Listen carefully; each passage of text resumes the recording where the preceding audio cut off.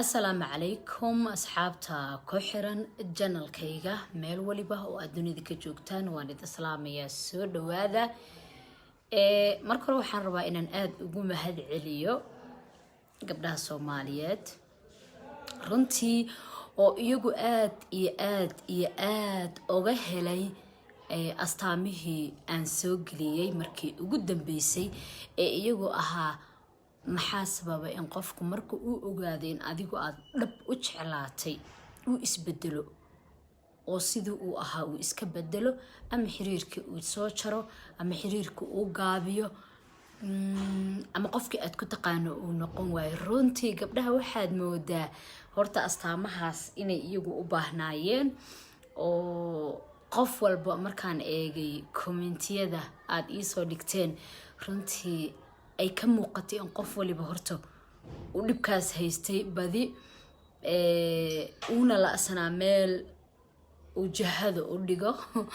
marka waan idinka qabaa mahad celintiina aad baad mahadsantiin channelkaygan yarka ay caataha ahna waxa uu ku dhisan yahay waa idinka daraadiina dad waxaa jiray commentiga kusoo qorayay farxiyo dadku way isku dhacaan way isdagaalaan haddana way heshiiyaan sax waaye ana wax isdagaalay iyo wax heshiiyay inta badan kama hadlinba waxaan ka hadlayay maxaa sabab u ah qofka marka aad jacayl wadaagtaan ama ka soo qaad adaa marka hore ku adkeeyay kadib qofkii markaad aragtay waqtiga iyo juhdiga iyo dadaalku kugu bixinaya aad aqbashay ayaad yani fursad siisay oo aad jacayl la wadaagtay markuu ku arkay inaad aad u jeclaatay ayuu qofkii ka gaabinaya marka taas ay ahayd ani waxaan soo dhigay runtii inta badan ani waxaan soo raadiyaa waxa aan isdhihi karo niyo dadkaaga maxay ka faa'iidi karaan asxaabtaada channelkaaga ku xiran maxay ka faa'iidi karaan channelkaaga ma wax micna daraa u gelinaysa mase wax iyaga anfacaayo oo runtii ay ka soo mahad celiyaan marka waxaan raadiyaa hadaanba wax idiin soo marka laga reebo qisooyinka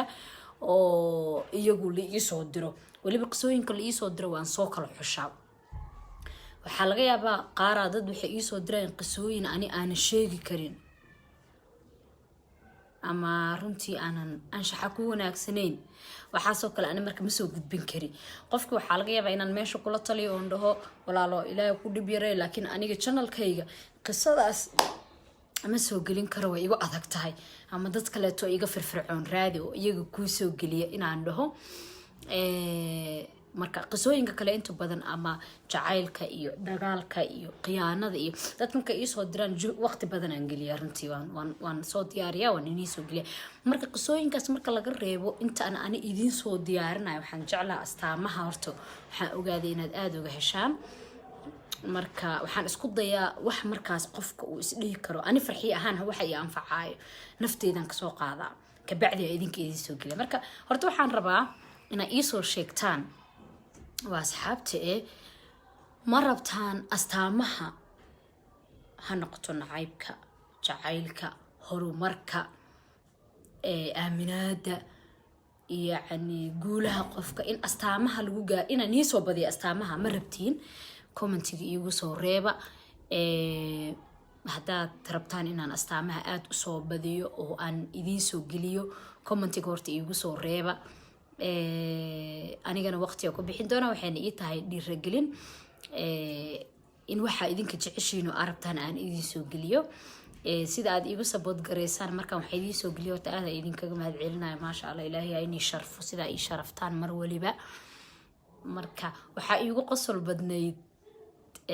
astaamihi hadda aan soo geliyo qofka markaad dhab u jeclaato maxaa keenay inuu isbedelo wiil baa qoraal dheer soo qoray horta maasha Allah waana reality-gu qof wiilkaas ka hadla dad waxaa jira maanta runta aanan ka hadlayno qarinaayo laakiin wiilkaas reality-gu ka hadla idinka xataa waa arki kartaan haddaad muuqaalka dib ugu noqotaan qoraal dheer soo qoray wuxuu yiri farxiyo run waayo dhaway dhacdaa gabar baan wuxuu yiri saa uga daba ordayo oo waqti iyo juhdi iyo dadaal iyo adduunyo dhan aan ku bixiyo dhahay adiga gabadhii wuxuu dhahay markay gacanteeda soo gasho dhahay oo iyadana ay jacayl dhab ii qaadayo dhahay ayaa waxa dhacday ani inaan gaabiyo wuuna sheegay wuxuu yiri anina wax kalena uma gaabinine maxaa u gaabiyay dhahay yani shaqadeedu aad u cusleedu dhahay way dhici kartaa qofka dadka qaarkood isku mid ma ahan qof baa shaqo aad u culus ka shaqeeyo laakiin shaqo kastoo aad ka shaqaysid walaal waxaa loo baahan yahay qofka aad wada socotaan time uma weynaysid haba yaraato ama ha badnaade qofka adiga aad xiriirka wadaagtaan ama mustaqbal fog aad ka leedahay waqti uma weynaysid yacni ma fahamtay ilaahayow haddee adaad 20 hour shaqo aad ka shaqaysa xataa 30 minute baad qofka la hadli kartaa muhiimadda waxaa waa in layska warhaayo oo la isla socdo marka wuxuu yiri adig gabadhii aan waqtiga iyo juhdiga iyo dadaalka ku bixiyuu dhahay oo dadaal badan iga baxay markay gacanteyda soo gashuu dhahay oo jacayl iyadana ku abuurmayuu dhahay oo dhabay ii jeclaata ayaa waxaa dhacdu dhaani inaan ka gaabiyo isdhahay yiri gabadhan maxaad waqtiga iyo juhdiga ugu bixin jirtay inaad heshay ahayde haddana waad heshay haddee maxaa la yiraahdaa hawlahaaga iska sii wada intaad firaaqada ka noqonayso wuxuu yiri adu isbuuc baan waxaa noqday kulaha busy xoog badanaa noqday shaqada igu adkeed I think wiilka inuu wadamada joogo marka wuxuu yiri kadib waxaa dhacday yiri gabadhii xiriirkiina ii jirto of course de gabdhuhu waa qalbi jilicsan yihiin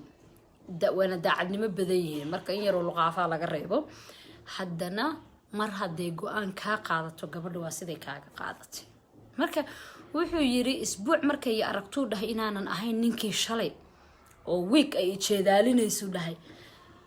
waa iga goosatuu dhahay waxaan subaxban waxaan usoo kacay yiri meelihii oo dhan oo blog liiga saare meelihii oo dhan oo blog liiga saara usoo kacayo dhahay naxdin wadnaha lii dhaafay haddii ka raadi meel walba ka raadi telefoon ka wac inta ka raadi adigu wuxuu dhahay si kasta oo aan sameeyay gabadhii aniga ku noqwayo dhahay go-aanan kaa qaatay idhahdo marka runtii wuxuu dhahay waan jeclahay uu dhahay ilaahay ninkii calaf ugu daraa nasiib la ayuu soo qoray wiilka commentiga laakiin dee wuxuu yiri maxaa qiraaya gabar aan aad u jeclaayo jacaylkeeda waqti iga buuxo aha laakiin anigaa dayacay waa runtiisa ma fahamtay runtuu sheegay marka horta intaa yartaa oo sheekadahan usoo galay waxaan idinka rabaa inay ii soo sheegtaan astaamaha ma idiin soo badiyaa noocyadeen idinkaga soo dhigaa maxaan idinkaga soo hadlaa qisooyinkana hay moodina inaan ka gaabiyo asxaabaad u fara badan qisooyinka ii soo diray haddaan idhaho ka war qisooyinka anigu waan ku wareeray maxaa yeelay facebookayga akoonka waxaa qisooyin iigu soo diray dad fara badan oo tiradii ka bata ii soo diray anigii waan ku wareeray wallahi bila qof subaxdii markaan soo kaco ugu yaraan 4 qof ay la soo hadasho farxiyo qisadeena maxaa usoo duus insha Allah marba intaan u fariisto oo kaamirad aan hor fariisto 5 qisan hal mar soo duubi doona insha Allah 5 qiso ee marka ugu xasaasisan ee ii soo diray saaxiib yar waan idiin soo duubi doona ininkana raali ahaada aniga iska mashquul badanahay waqtiga yar oo aan helana weekendigana waan iska nastaa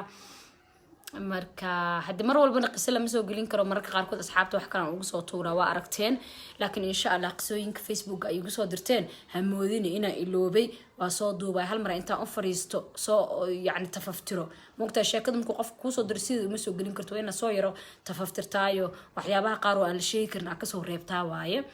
oo wax yar oo asluubaysan ka soo dhigtay marka intaan isku soo yaro habeeyo ayaan hal mar 4-5 intaan soo duubo aan idiin soo gelin doonaa doo ilaahay si kale aan sameeyay ma aqaan soo xalba dad ay la soo hadal farxiye maxaad noo ignore gareysaa farxiye maxaad qisadeeda u soo aqri walaal kuma ignore gareey iga raali noqo insha Allah qof waliba oo qiso ii soo diray oo qisaduna ay tahay mid la aqrin karana waan soo aqrin doonaa haduu ilaahay yiraahdo aad baan idinkaga mahadcelinahay sidaad mar walba iigu xirantiin oo channelkayga aad ula socotaan oo subscribe-ka aad iigu saartaan oo waxaan ku dhahay saas aad iila daba taagantiin wax walba ana waxaan jeclahay wixii idinka idin anfacay inaan soo raadiyo oo juhdi iyo waqti aan ku bixiyo marka bal ii soo sheega maxaad ka heshaan oo aad rabtaan inaa idin soo dad baa waxay soo dhaan farxiyo noloshaada ka soo hadal runtii aniga ma u maleynayo because waxa waaye dee dadka private-yada ka hadla ma ihi ma fahamteen marka insha Allah laakiin wax walbo ay iga codsataan oo aan sameyn karo waan soo gelinaya marka astaamaha ma idiin soo badiyaa ii soo sheega maxaa si jeceshin aan ku soo eego asxaabay aad baan idin salaamaya sidaad mar walba igu xirtaan idinkaga mahadcelinaya runtii sheekadii ugu dambeysay astaamihi aan soo geliyay asxaabtii gabdhihii aadka ii sabood gareeyay aad baad mahadsantiin waan idin jecelahay meel walba dunida ka joogtaan wixii idinka idin anfacaya ayaa anigana i anfacaya wixii aniga markaas aan ka helo idinkana waan idin la soo jeclaanaya waan idin soo gelinaya marka aan waqti soo helo waad mahadsantihiin isla socod wanaagsan insha Allah waa kaasa hadee habeenku ha idiin wacnaado aniga habeen bay ii tahay idinka meel walba oo dunida ka joogtaan iyo waqti waliba oo idiin tahay ani waxaan idiin joogaa Nairobi waxayna ii tahay habeen hadeertaan maqribkii baan goor dhaweyd dukaday marka aad baan idin salaamayaa